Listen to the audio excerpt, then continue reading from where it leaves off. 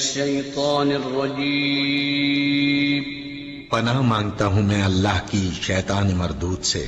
بسم اللہ الرحمن الرحیم شروع اللہ کا نام لے کر جو بڑا مہربان نہایت رحم والا ہے۔ الشیطان یعدکم الفقر ویأمرکم بالفحشاء۔ الشیطان شیطان یعدکم الفقر تمہیں مفلسی سے ڈراتا ہے، ویأمرکم بالفحشاء اور تمہیں بھی حیائی کا حکم دیتا ہے۔ واللہ یعدکم مغفرۃ منہ وفضلا اور اللہ تم سے اپنی مغفرت اور فضل کا وعدہ کرتا ہے۔ واللہ واسع علیم اللہ بڑی وسعت والا، علیم اور ہر بات جاننے والا ہے۔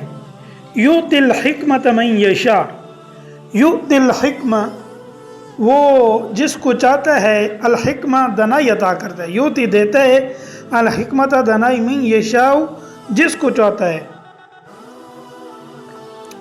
ومن یؤت الحکمۃ فقد اوتی خیرا کثیرا اور فرمایا جسے دانائی عطا ہو گئی اسے وافر مقدار میں بھلائی مل گئی۔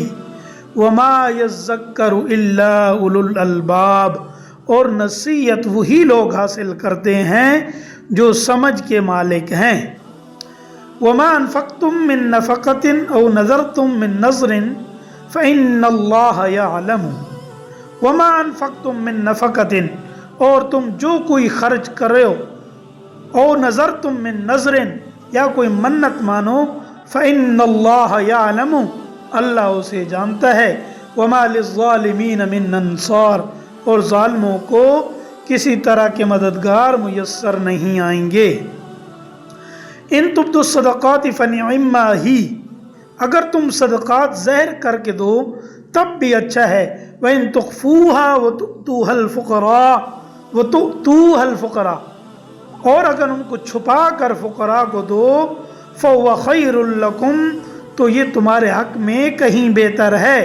وَيُكَفِّرُ عَنْكُمْ مِنْ سَيِّئَاتِكُمْ اور وَيُكَفِّرُ عَنْكُمْ اور اللہ تعالیٰ تمہاری برائیوں کا کفارہ کر دے گا۔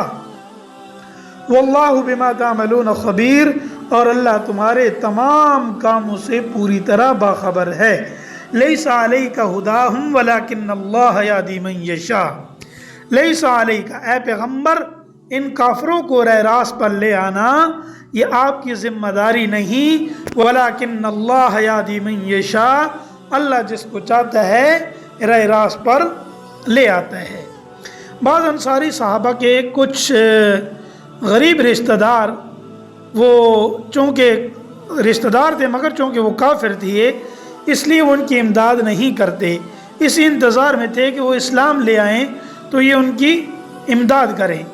بعض روایاتوں سے معلوم ہوتا ہے کہ خود حضرت صلی اللہ علیہ وسلم نے بھی یہی ہدایت فرمائی، اس پر یہ آیت نازل ہوئی۔ اس طرح مسلمانوں کو بتایا گیا کہ آپ پر ان کے اسلام لانے کی کوئی ذمہ داری عائد نہیں ہوتی، اگر آپ ان غریب کافروں پر بھی اللہ کی خوشنودی کی حاصل کرنے کی نیت سے کچھ خرچ کریں تو اس کا بھی پورا ثواب ملے گا۔